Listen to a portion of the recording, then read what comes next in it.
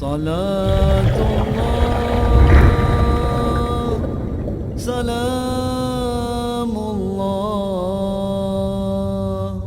على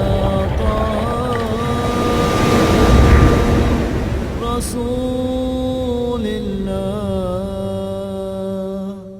صلاة الله. أعوذ بالله من الشيطان الرجيم. بسم الله الرحمن الرحيم. إنا فتحنا لك فتحا مبينا ليغفرك الله ما تقدم من ذنبك وما تأخر ويتم نعمته عليك ويهديك صراطا مستقيما وينصرك الله نصرا عزيزا. لقد جاءكم رسول من أنفسكم عزيز عليه ما عنتم حريص عليكم بالمؤمنين رؤوف رحيم. فإن تولوا فقل حسبي الله لا إله إلا هو عليه توكلت وهو رب العرش العظيم. إن الله وملائكته يصلون على النبي يا أيها الذين آمنوا صلوا عليه وسلموا تسليما. اللهم صل على سيدنا محمد وعلى آل سيدنا محمد. بسم الله الرحمن الرحيم. الفاتحة لنا ولكم يا حاضرون ووالدنا ووالدكم وأهلنا وأولادنا ولمشايخنا ولمن حضرنا ولمن غاب عنا ولأحينا ولأمواتنا وللمواظبين على هذا المجلس ولمن كان سببا في جميعنا بأن الله الكريم ينبر القلوب ويغفر الذنوب ويستر العيوب ويحفظنا بما حفظ به الذكر وينصرنا بما نصر به الرسول. وأن الله الكريم يجعل مجلسنا هذا محاطنا بالخيرات والمسرات والأنوار والبركات ويقضي لنا جميع الحاجات بجاه خير البريات.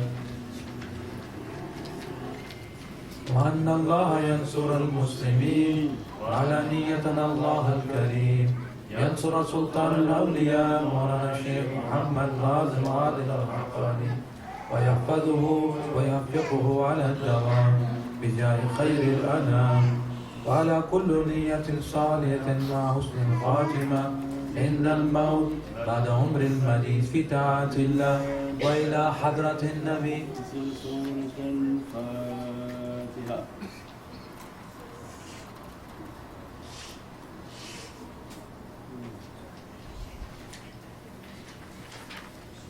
بسم الله الرحمن الرحيم. أنت سلطاننا يا ربنا اغفر لنا وارحمنا وتب علينا وزد حبيبك سيد الأولين والآخرين سيدنا محمد صلى الله عليه وسلم. زده يا ربي عزا شرفا ونورا وسرورا وسلطانا ورضوانا رحمنا في الشيطان ومن تبعه.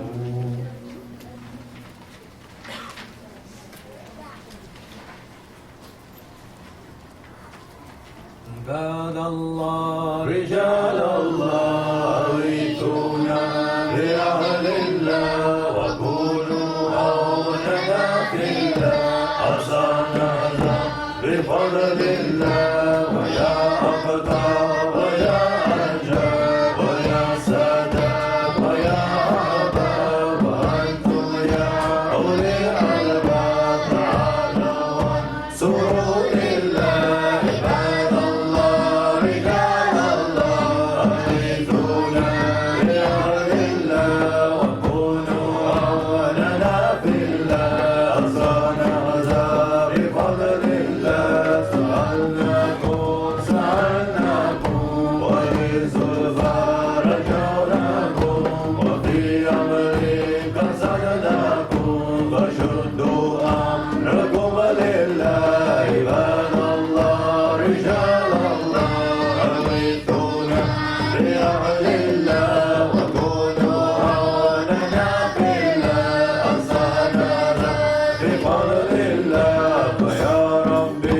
بسادتي لا مغلي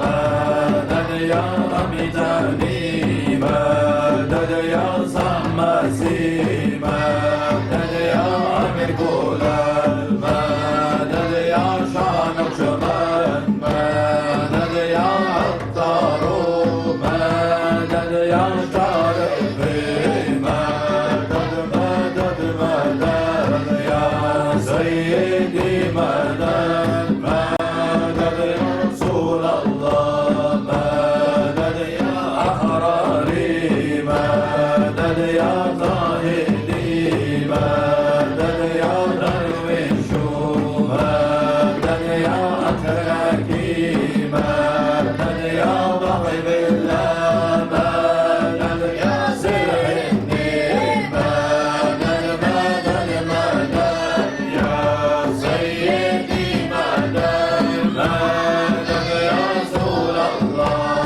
مدد يا معصومي مدد يا سيف الدين مدد يا بدواني مدد يا شمس الدين مدد يا دهلوي مدد مدد مدد يا سيدي مدد مدد يا رسول الله مدد يا مغداني مدد يا إسماعيل مدد يا خص محمد مدد يا راغي مدد يا غفوقي مدد مدد مدد يا سيدي مدد مدد يا رسول الله مدد يا صغري مدد يا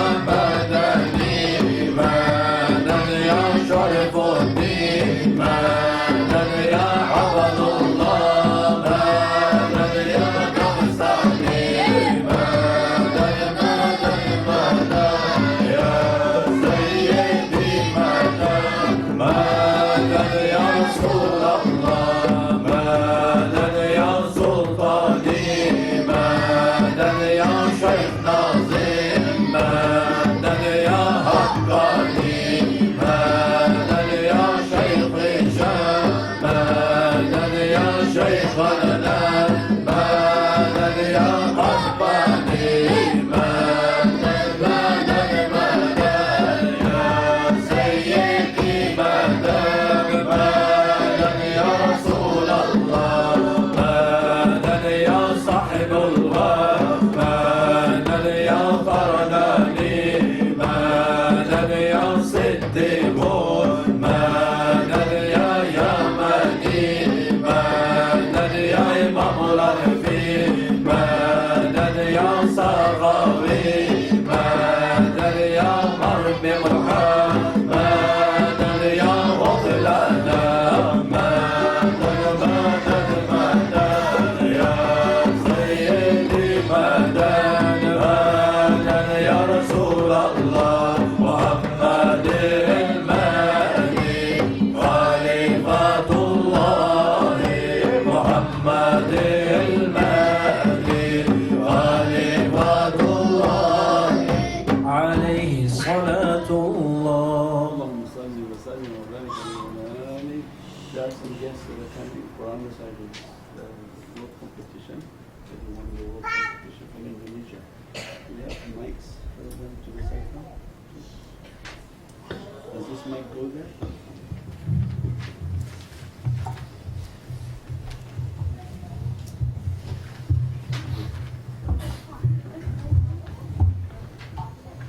Yeah, this one is there.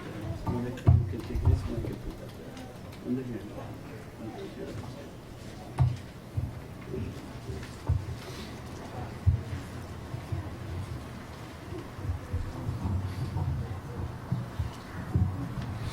Inshallah, we'll start with page 37, in section B.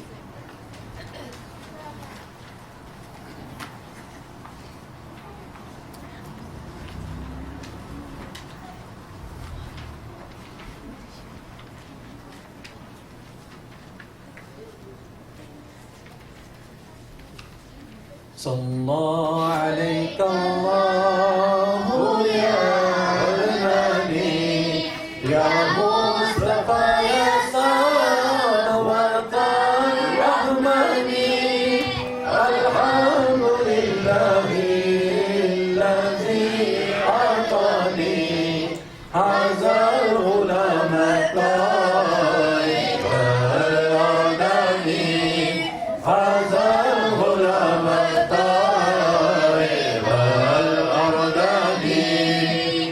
سادة المهدي على غلماني أريده بالبيت ذي الأركان هل تراه بالغ البنيان أنت الذي سميت في القرآن أنت الذي سميت في القرآن صلى عليك الله يا أرحمني يا مصطفى يا صمد الرحمن الحمد لله الذي عطاني هذا الغلام الطارق الأرداني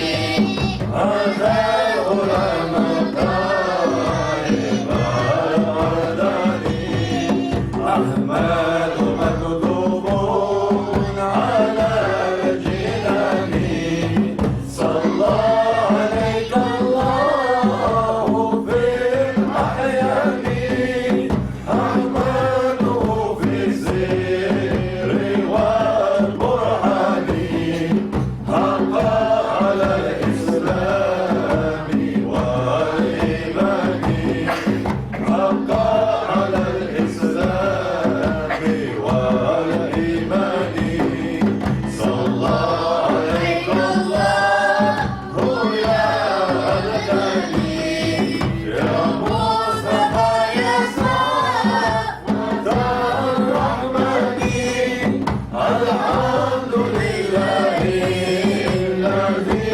عطاني هذا الغلام الطارق الأرداني هذا الغلام الطارق الأرداني أحمده في السر والبرهان حقا على الإسلام والإيمان يا ربنا بالمصطفى العدناني اغفر ذنوبي ثم أصل شاني اغفر ذنوبي ثم أصل شاني صلى عليك الله يا أغناني يا مصطفى يا صمد الرحمن الحمد لله الذي عطاني هذا الغلام الطارق الأرداني هذا الغلام الطارق الأرداني صلي وسلم وبارك عليه.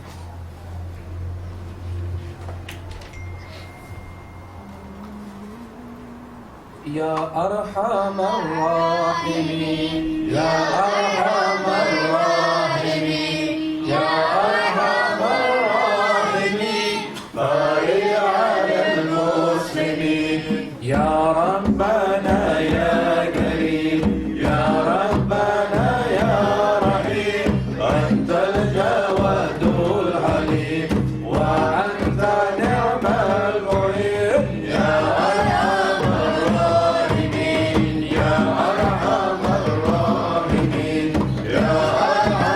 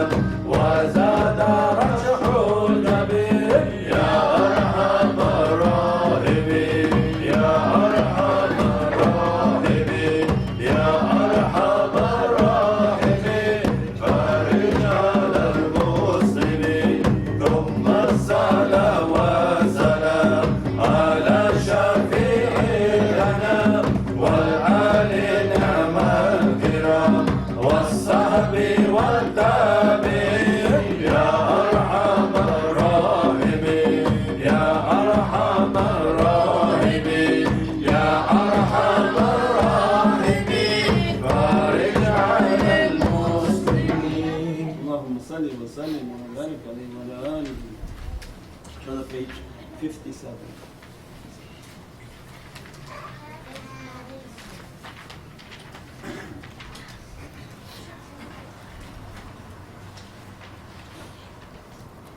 يا نبي سلام عليك يا رسول سلام عليك يا حبيب سلام عليك صلوات الله عليك يا نبي سلام عليك يا رسول سلام عليك يا حبيب سلام عليك صلوات الله عليك أشرق القلوب بحاجة بوجود المصطفى أحمد ولآل القول أنس وسرور فتجلى يا نبي سلام عليك يا رسول سلام عليك يا حبيب سلام عليك صلوات الله عليك فاقربوا يا أهل المساني فحزان اليمن غارا واستنيروا بجمالك فاق في الحسن تبارا يا نبي سلام عليك يا رسول سلام عليك يا حبيب سلام عليك صلوات الله عليك ولنا البشرى بصالح مستمر ليس ينفد بصوتنا أطاعا جمع الفقر المؤمن يا نبي سلام عليك يا رسول سلام عليك يا حبيب سلام عليك صلوات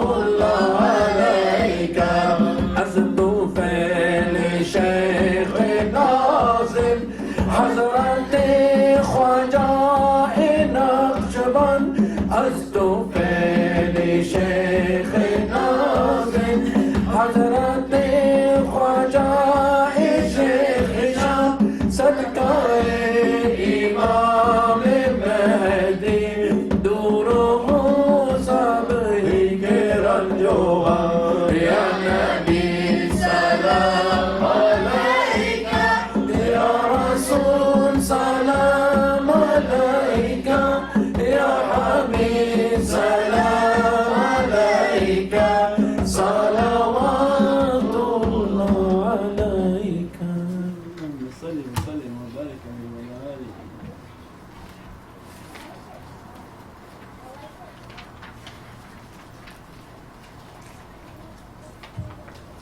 مولاي صل وسلم دائما أبدا على حبيبك خير الخلق كلهم مولاي صل وسلم دائما أبدا على حبيبك خير الخلق كلهم يا ربي صل يا ربي صل عليه يا ربي صل عليه صلوات الله عليه يا ربي بالمصطفى بلغ مقاصدنا واغفر لنا ما مضى يا واسع الكرم مولاي صل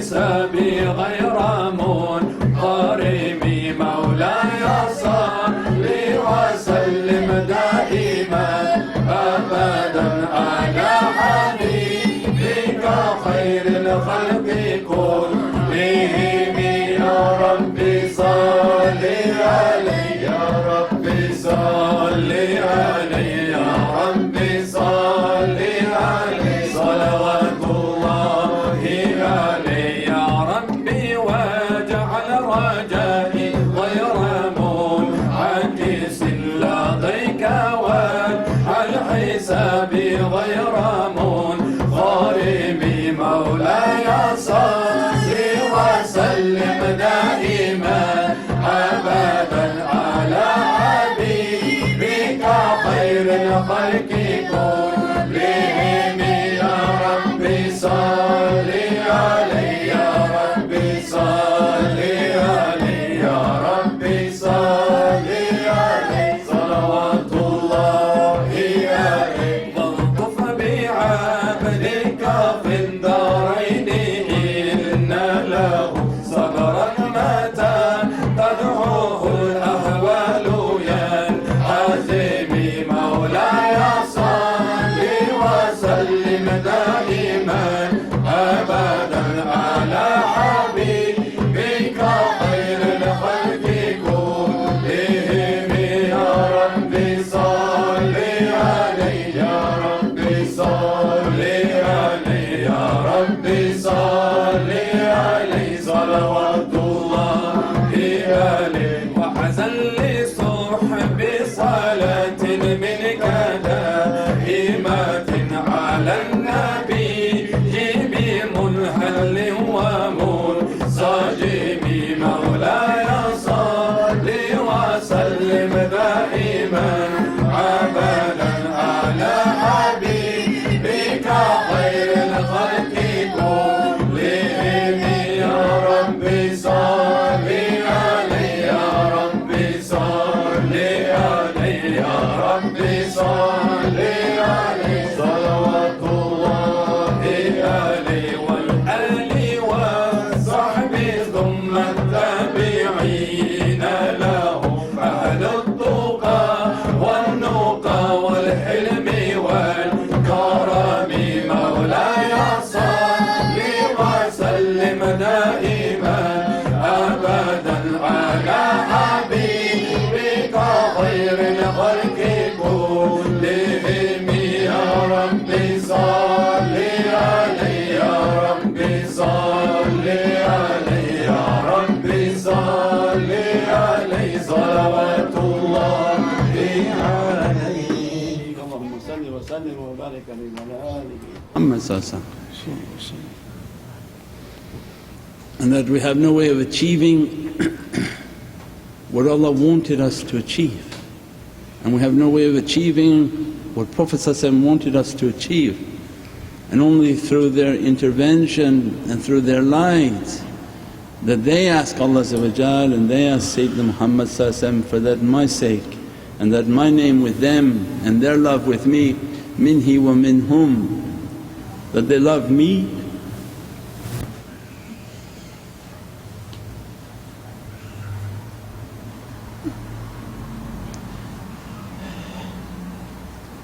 and I love them.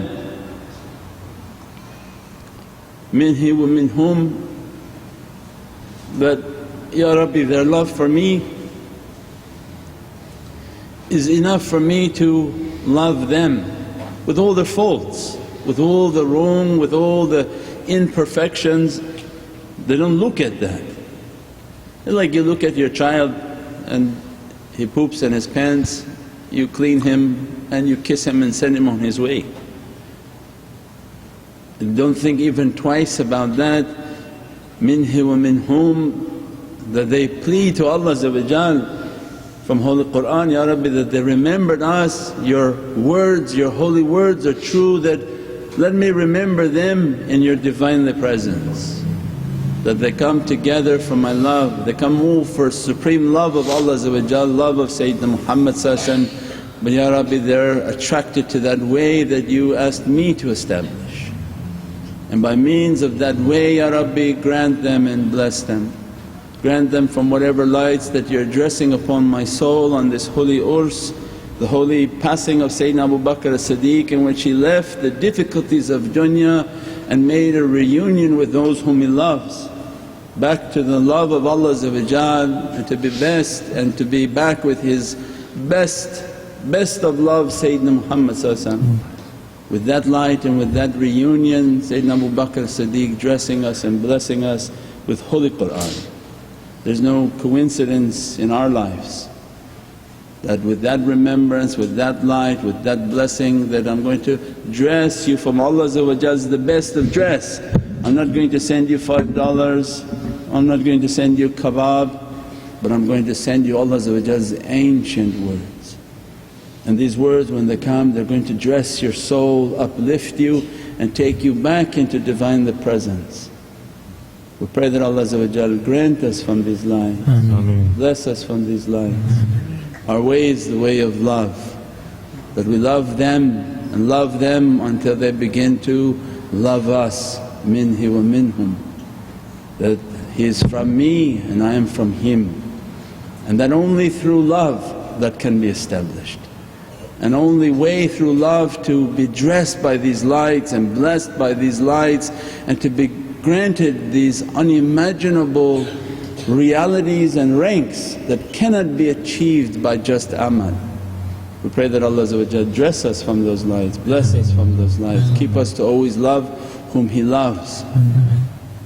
Subhana rabbika rabbil izzati amma yasifoon, wassalamun al mursaleen, walhamdulillahi rabbil alameen. Bi hurmati Muhammad al-Mustafa wa bi sir Surat al-Fatiha.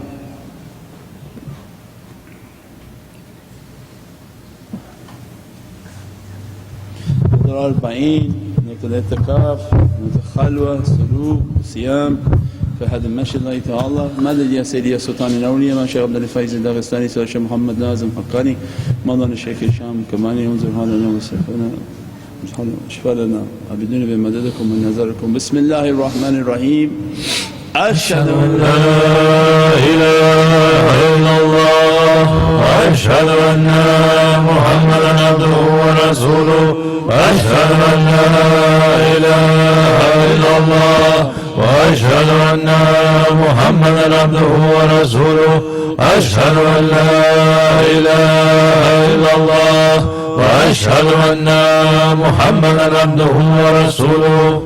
أستغفر الله أستغفر الله أستغفر الله أستغفر الله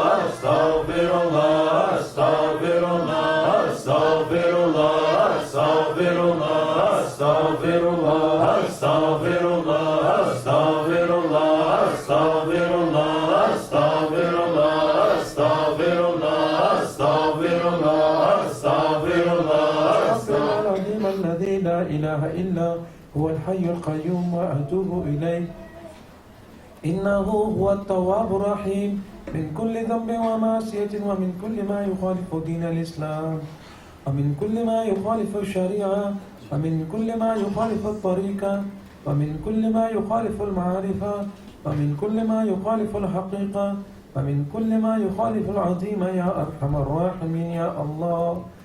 اللهم يا مسبب الأسباب يا مفتح الأبواب يا مقلب القلوب والأبصار يا دليل المتحيرين يا غياث المستغيثين يا حي يا قيوم يا ذا الجلال والإكرام وأفوض أمري إلى الله إن الله بصير بالعباد.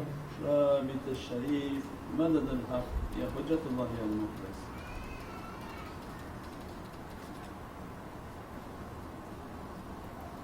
فاتحة الشريفة. بسم الله الرحمن الرحيم. الحمد لله رب العالمين الرحمن الرحيم مالك يوم الدين إياك نعبد وإياك نستعين اهدنا الصراط المستقيم صراط الذين أنعمت عليهم غير المغضوب عليهم ولا الضالين آمين. بسم الله الرحمن الرحيم الحمد لله رب العالمين الرحمن الرحيم مالك يوم الدين إياك نعبد وإياك نستعين اهدنا الصراط المستقيم صراط الذين أنعمت عليهم غير المغضوب عليهم ولا الضالين آمين. بسم الله الرحمن الرحيم الحمد لله رب العالمين الرحمن الرحيم مالك يوم الدين إياك نعبد وإياك نستعين اهدنا الصراط المستقيم صراط الذين أنعمت عليهم غير المغضوب عليهم ولا الضالين آمين. صلوات الشريفة اللهم صل على محمد وعلى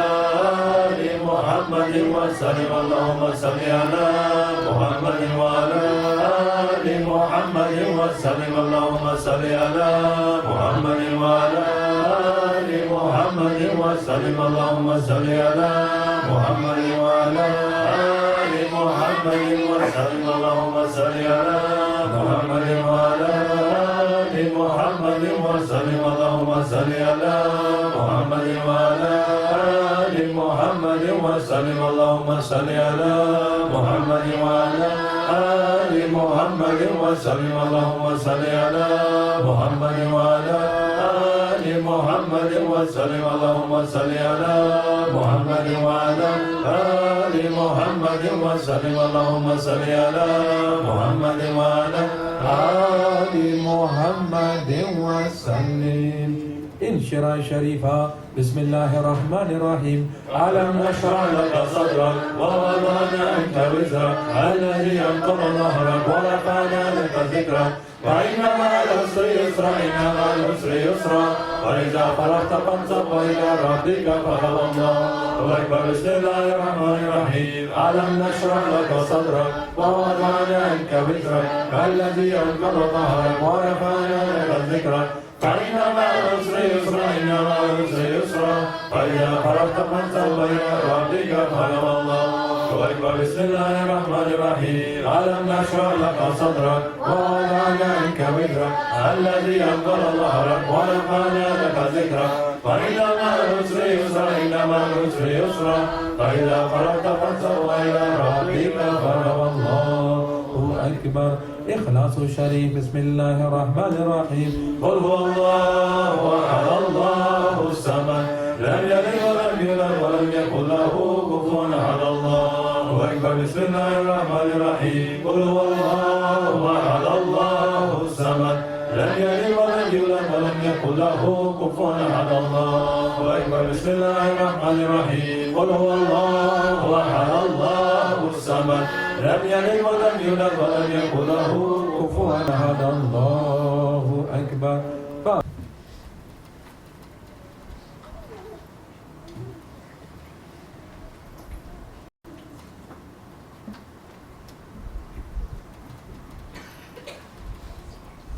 حسبي ربي جل الله ما في قلبي غير الله نور محمد صلى الله حق لا إله إلا الله إلا له إلا له إلا له أنت العادي أنت الهادي ليس الهادي إلا هو حسبي ربي جل الله ما في قلبي غير الله نور محمد صلى الله حق لا إله إلا الله إلا له إلا له إلا له أنت الهادي أنت الهادي ليس الهادي إلا هو حسبي ربي جل الله ما في قلبي غير الله نور